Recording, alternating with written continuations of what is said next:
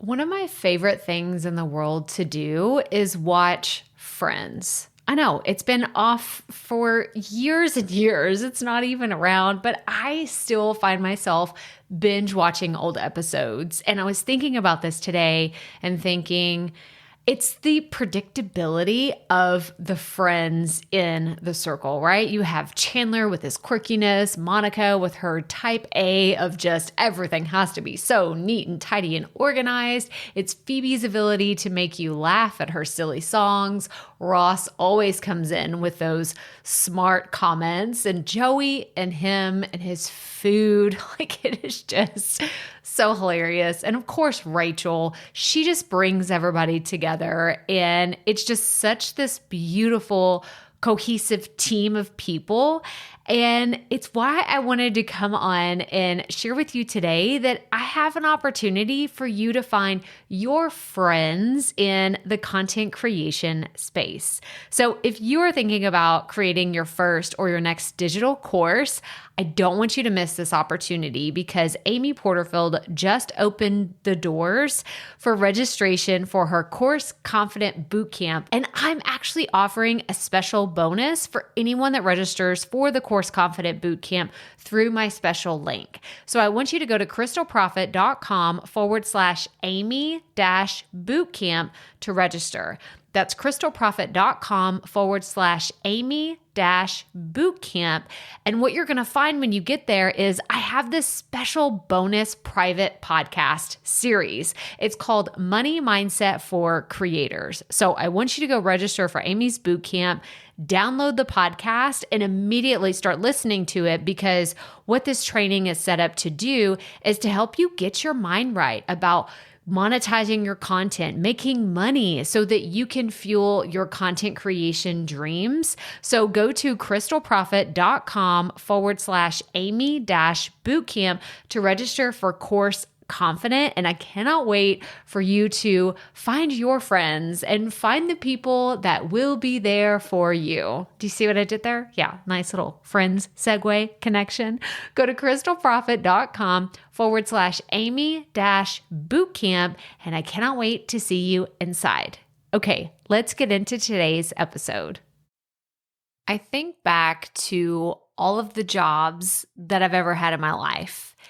And I have to say that I'm so grateful I was never in a position where I had to do a lot of interviews on a regular basis, like to hire people for their career or for a job. But I will tell you, I had a position when I was in college. I worked at the Student Center at Texas State University in San Marcos. A shout out Bobcats, eat 'em up cats. But I worked at the LBJ Student Center there. And it's still to this day like the most fun job that I had besides doing what I'm doing today. I love this job so much. The office that I worked in, I was there for 3 years. And the office that I worked in really was all about the student organizations on campus, and I worked for the director of student affairs. So think about all the fraternities, sororities, student organizations, like all of those things that people tend to associate with being fun and creating a community in college. I worked for the office where the director was my boss's boss. So I worked directly for his administrative assistant, and there were a handful of us student workers that would do a lot of like shift work as far as, I didn't work a lot. Let's be honest. It wasn't a 40-hour a week, like full-time hardcore job, but it was amazing. I had so much fun. It's where I first emceed some events on campus, and those were incredible. I got to meet Aaron Brockovich because of that job. So like the real one, not Julia Roberts, the real Aaron Brockovich. Super cool. I bring all of this up to say this was the main job where I was in a management position where I did have to hire and fire people.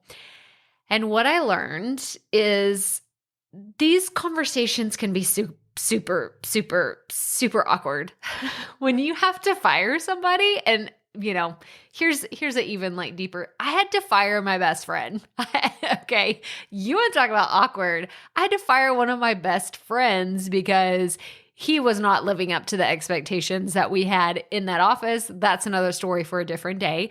But I know what it takes to be a good interviewer, especially in those awkward moments. So this is what we're talking about today. I'm offering you 4 tips for you to be a better interviewer in your content. This is not for interviewing people, okay? I just told that story to tell you that I've been interviewing people for a long time, not for career paths, but I am excited to tell you about this because I have created hundreds of podcast episodes, thousands of pieces of content, and I am just really excited to share with you what I've learned about becoming a better interviewer over the years. So let's get right to it. Welcome to the Profit Podcast, where we teach you how to start, launch, and market your content with confidence. I'm your host, Crystal Profit, and I'm so excited that you're here. Thanks for hanging out with me today, because if you've been trying to figure out the world of content creation, this is the show that will help be your time-saving shortcut. So let's get right to it, shall we?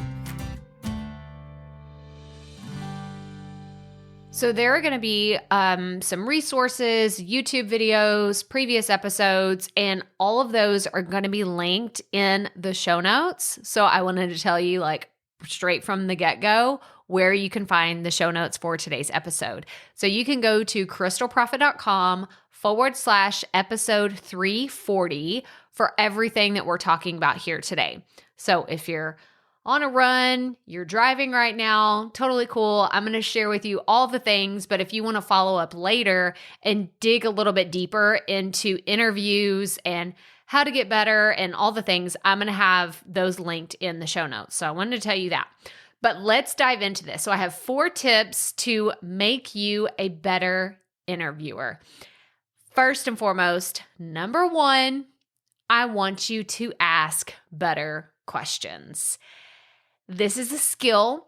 You can learn this. If you're like, well, I thought my questions were pretty good. If you're having crappy interviews or you are just not happy about the quality of the interviews that you're having with your guest, you need to ask better questions.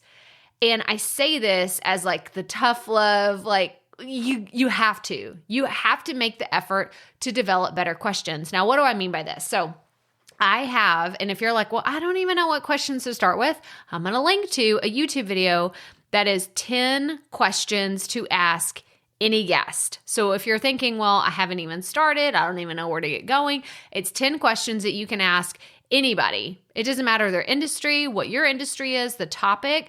I want you to go watch this YouTube video, because if you are asking questions that just end in yes or no, or maybe, or okay, that it's not good enough. Those are not good interviews. They're not good questions. This should not be, and this is like where I'm like pulling my hair out right now because I'm thinking about all the really bad interviews.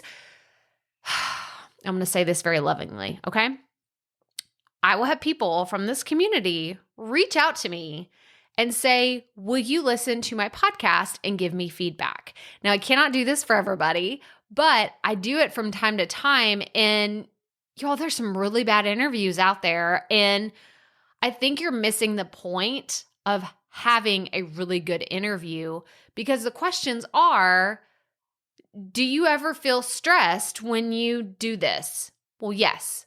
And it's like just very matter of fact. Yes, I do.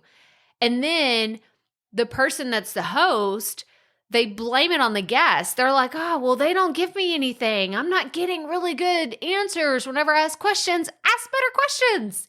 Do not blame your crappy interviews on the guest. First and foremost, like I said, we're starting off with a little tough love. I'm like getting all high and mighty in my chair here because y'all, this is a problem. You have to ask better questions. So I learned this whenever I first started interviewing people. I've said this before. I'm going to say it again. You can go back and listen to the first probably 20 episodes that I did podcast interviews, they were okay. Let's be really honest. They were okay. And the only reason why they were okay is because they weren't total strangers.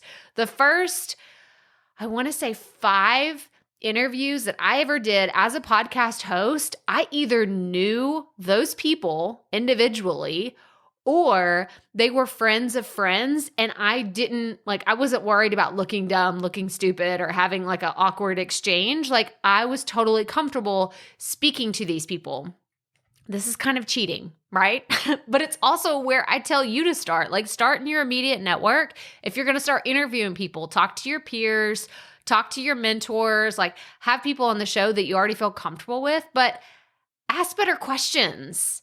Okay. And I don't want to give away what my last point is going to be, but you have to have this level of curiosity of just really wanting to know more about the person that you are talking to. And that is how you develop better questions. So again, I'm going to link to this YouTube video. I want you to go check it out. If you haven't already watched it, it'll be at least a baseline for some questions that you can put in your back pocket, and you can ask all of your guests this, because hopefully all of your guests will have different answers, because everybody is uniquely different and has a story to tell. So that is number 1, ask better questions. Number 2,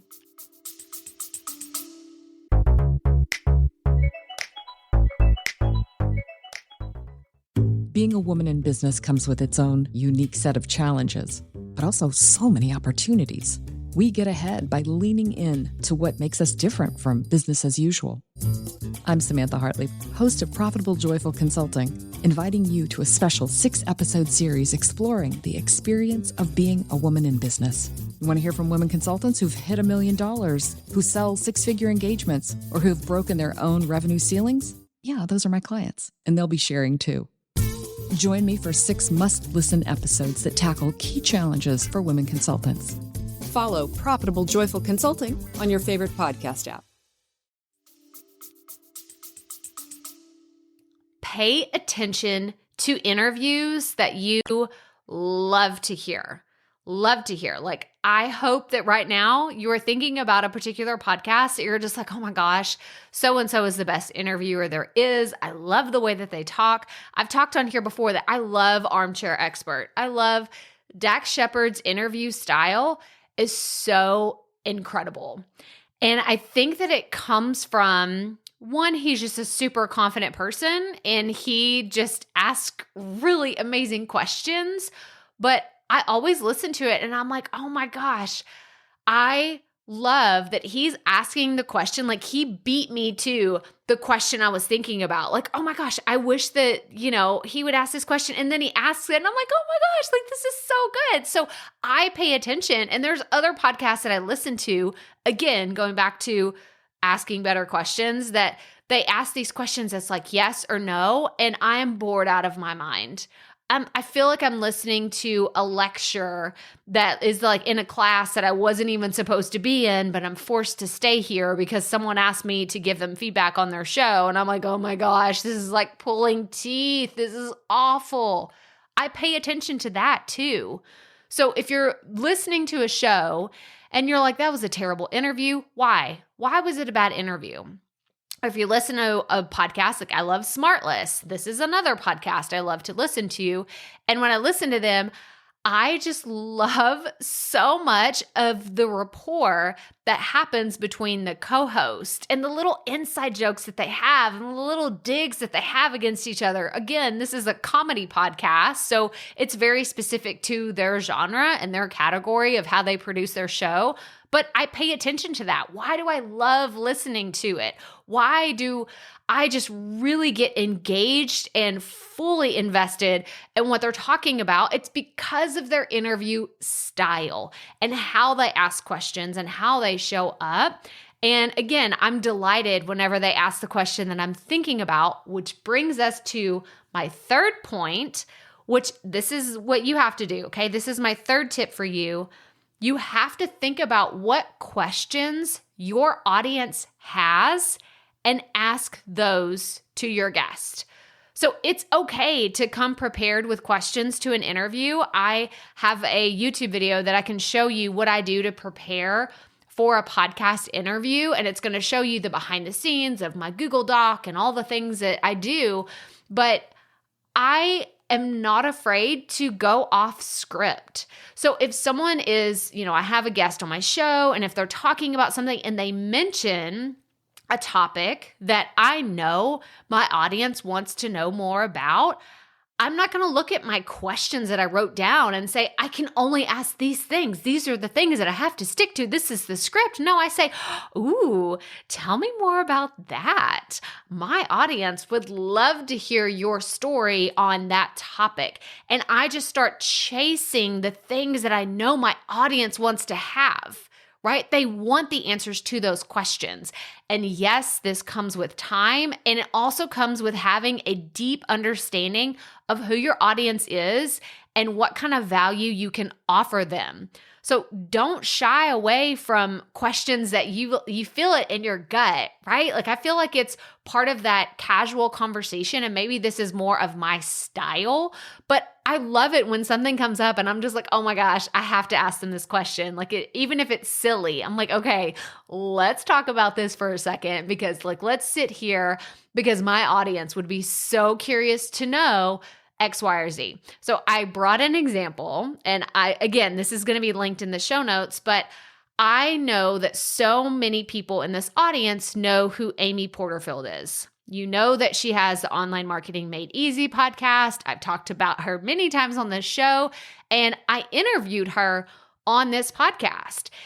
And one of my questions, I knew, I kind of had it written down, but I just knew in the back of my head, I'm like, I don't know where I'm going to throw this in, but I have to ask this question because people that are in this audience that are super fans of hers, maybe they've gone through her Digital Course Academy program, or they've gone through List Builder Society, like they are in some way associated with knowing who she is and listening to her podcast, they would get this question. Okay, ready? My question was, where did you get your signature statement?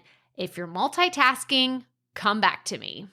I wanted to know. I genuinely wanted to know. And this is another tip for you. If you have a conversation, if you have your mentor on your podcast or someone you've always wanted to talk to, ask them the question that you really wanted to know. This is something that maybe she had talked about it before in a live stream or a podcast episode, but I just genuinely wanted her to say on the podcast where that came from, because it's so directly correlated with who she is. And she says it all the time in her content. If you've ever heard her podcast, watched her on a live stream, she says it all the time. If you're multitasking, come back to me. I have a picture I'll share in the show notes as well of when I met Amy back in 2019. I had a shirt created that said on it, if you're multitasking, come back to me. It's something that her and her team always joke about still to this day. But I wanted to know, where did that come from? Because I knew my audience would want to know the answer to that question as well. So think about the questions that your audience has. And if you don't know your audience well enough to know what are the things they'd be asking, then you need to check out, I have an episode that's all about understanding your audience better. So I'm going to link to that in the show notes as well. So again, the show notes, crystalprofit.com/episode 340. Now we're on number 4. Tip number 4, to make you a better interviewer. I kind of mentioned it earlier, but this is a concept that I just call be genuinely curious. I want you to be genuinely curious about your guest, because what I have seen is the best interviews come from a host taking the audience on a journey, and they ask questions that go deeper into a conversation where listeners really feel like they're a fly on the wall. And again, I'm thinking about Armchair Expert. The way that Dax and Monica, again, they have this rapport between each other as co-host and people that are just friends in real life, and they know each other very intimately. They can make these little inside jokes, and they can ask questions about their guest to their guest. and just be deeply curious to know more, because they're like, oh, I know our armcharies would be really interested to know blah, blah, blah. That's another cool thing that you can do too when you have an audience like that and you're able to name your community. I always talk about our content creator community that we have here, our podcast community. But it's really important that you are genuinely curious about your guest. This is where the best interviews come from. I think about watching someone like Oprah, right? I used to watch Oprah on TV as a kid, and of course, I've seen her become this giant mogul that she is today, but she is a fan-freaking-tastic interviewer. It is why she is the person that interviews all the celebrities. She talks to literal royalty, and she just does a fantastic job at it. She makes it look effortless. But I feel like she is genuinely curious. You can see it in her body language, in the way that she asks questions. And yes, maybe she plans everything out ahead of time. This is exactly what I'm going to ask people, and I'm going to do it in this order and everything. But she seems to be genuinely curious about the people that she's speaking to. So I want you to start practicing this. Ask yourself, how can I really flex my genuine curiosity to the people that I'm speaking to? And it's a skill. Y'all, interviewing is a skill. So if you feel like I am a terrible interviewer right now, good news, there's nowhere to go but up. There's nowhere to go but up from here. And it does take practice, putting those reps in, talking to different types of people. And I actually have a podcast episode that I'm going to link to in the show notes that's all about how to be selective with your podcast guest as well. Because what people will come to me and say is, I don't have great interviews on my podcast. I can never get it to hit right, or I always feel this disconnect with my guest. And I start talking to them, and maybe we're on a coaching call, or I've done this on a Facebook Live before, and I get to the root of the issue, and they're not attracting great guests to their content.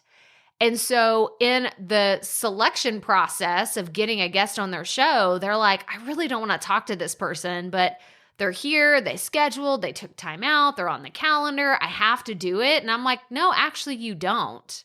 You don't have to talk to whoever you are scheduled. And maybe you have a virtual assistant or someone on your team that is doing all the scheduling for you, and you go to the day of and you're like, I really don't want to talk to this person, or we had a terrible interview and I don't really want to air this episode because it was so awful. I have had interviews that I've never aired. Have I ever said that here on this show? There are literal podcast episodes that I've created, full interviews that were terrible, that I did not air on the podcast, because my duty is not to my guest. Because people will tell me this all the time. Like, well, they took their time out of their day to be on my podcast, and I owe it to them to air that episode.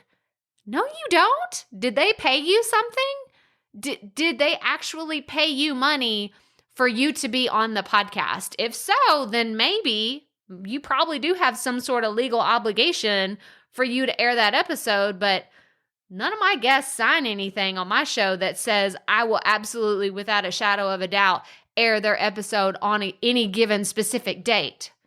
That doesn't happen. Because what happens on this podcast is I am super selective with the people that I have, because my duty is to you, the listener, my audience. My duty is to serve you. And I can only do that if I bring people on this show that are going to add value, that are going to open up. And when I am genuinely curious about their journey, they're going to share those parts that they feel like would add value to this podcast. So I feel like we kind of started with some tough love. Now we're ending with like a stern, hey, this is how I feel about my show. These are my principles when it comes to podcast and interviewing. And it's not even just podcasts. We've talked about interviewing, but this goes for live streams. If someone were to be a guest on a YouTube video or wherever they would be a guest, So I want you to think about, how can I be a better interviewer? And maybe even here's a bonus tip, find someone that you love their interview style and see which pieces of it you can model in your own content. I think that this is really important, is look at the people that you admire that make fantastic interviewers. You like their style, you like the way they talk, or maybe you just love the guests that they have on their content. Follow those clues. Those are clues of success, because if you think that they're amazing, then there are probably other people out there that love that type of style and content as well. And you can mold that into your own version of how you want it to show up in your content. So quick recap, okay? The 4 tips to make you a better interviewer. Number 1, ask better questions. Number 2, pay attention to interviews that you love to hear. Number 3, think about questions that your audience has and ask those to your guest. And number 4, I want you to be genuinely curious about your guest. So again, we're going to have all the tips and resources and what we talked about today linked in the show notes. Go to crystalprofit.com/episode 340. And that's all I have for you today. So make sure, if you have not already, to hit the follow or subscribe button wherever you're listening to this podcast. Take a screenshot and tag me on Instagram. I'm at Crystal Profit TX, Crystal with a K, Profit with 2 Fs, 2 Ts, TX on the end. Tag me and let me know what you thought about it. Maybe share the one takeaway that you had today or the tip that resonated most with you. I would love to reshare it on my platform as well. But again, that's all I have for you today. So as always, remember, keep it up. We all have to start somewhere.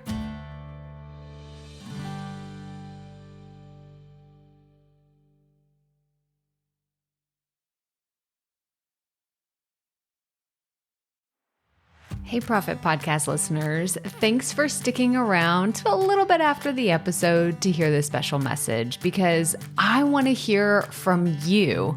We are starting a new segment called Fan Mail Shoutouts, and I want to hear from you, and I want to hear your questions. What do you want to know? What questions have you been dying to ask me? So here's how to make this happen. Go to the app where you're listening to this podcast right now. Go there. I'll wait a second. Okay. Now, once you're there, you're going to see a hyperlink at the top of the episode description that says, send Crystal a text message. And that's all I want you to do. Send me a text. It could be casual, informal. It could be totally anonymous. Or if you want, you can include your name and the name of your podcast or content wherever you are creating, and I will give you a special shout out in an upcoming episode. So again, go to the show notes for where you're listening to this episode right now, and it will say, send Crystal a text message. And I cannot wait to hear from you and give you a shout out in an upcoming segment of Fan Mail Shoutouts.